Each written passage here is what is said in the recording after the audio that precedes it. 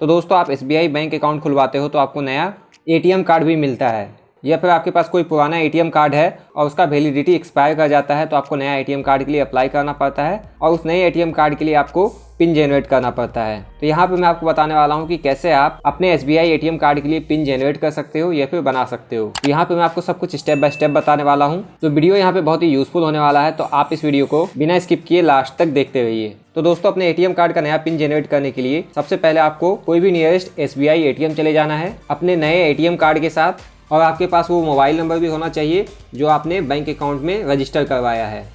उसके बाद आपको अपने ATM कार्ड को मशीन में डाल देना है, मीन्स इंसर्ट कर देना है। उसके बाद यहाँ पे आपको अपना लैंग्वेज सेलेक्ट कर लेना है, जिस भी लैंग्वेज में आप मशीन को यूज़ करना चाहते हो। उसके बाद यहाँ पे आपको 10 से 99 के बीच में कोई भी एक नंबर इंटर कर देना है रैंडम। उसके बाद यहाँ पे आप देख सकते हो पिन जनरेशन का ऑप्शन मिलता है, तो यहाँ पे आपको इस पर सेलेक्ट कर लेना है। उसके बाद यहाँ पे आपको अपना 11 डिजिट का SBI अकाउंट नंबर इंटर करना है। तो आपका SBI अकाउंट नंबर आपको आपके बैंक पासबुक में मिल जाता है। उसके बाद जो भी मोबाइल नंबर आपके बैंक अकाउंट के साथ रजिस्टर किया गया है, यहाँ पे आपको 10 डिजिट का मोबाइल नंबर इंटर कर देना है। उसके बाद यहाँ पे आपको प्रेस इफ कनेक्ट पे टैप कर देना है। उसके बाद यहाँ पे आपका ट्रांजेक्शन कंप्लीट हो जाता है, तो अब यहाँ पे आपको अपना कार्ड निकाल लेना है। उसके बाद यहाँ पे ATM मशीन से कुछ इस टाइप का रिसिप्ट निकल के आएगा, जिसमें लिखा हुआ है कि पिन जनरेशन रिक्वेस्ट सक्सेसफुली चला गया है। आपको one time ATM pin registered mobile number पे भेजा जाएगा और उस वन टाइम पिन को यूज़ करके आपको नया ATM पिन चेंज करना पड़ेगा विदिन 24 आवर्स।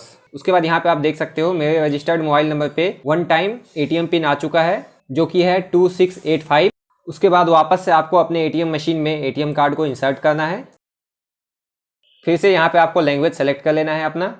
फिर से यहाँ पे आपको 10 से 99 के बीच में कोई भी रैंडम नंबर इंटर करके यस पे सेलेक्ट कर लेना है। उसके बाद जो भी आपने one time ATM pin SMS के थ्रू रिसीव किया है वो यहाँ पे आपको इंटर कर देना है। तो यहाँ पे मैं 2685 जो मैंने रिसीव किया है इंटर कर देता हूँ। उसके बाद यहाँ पे आपको बैंकिंग ऑप्शन ढूंढ के उसे सेलेक्ट कर लेना है।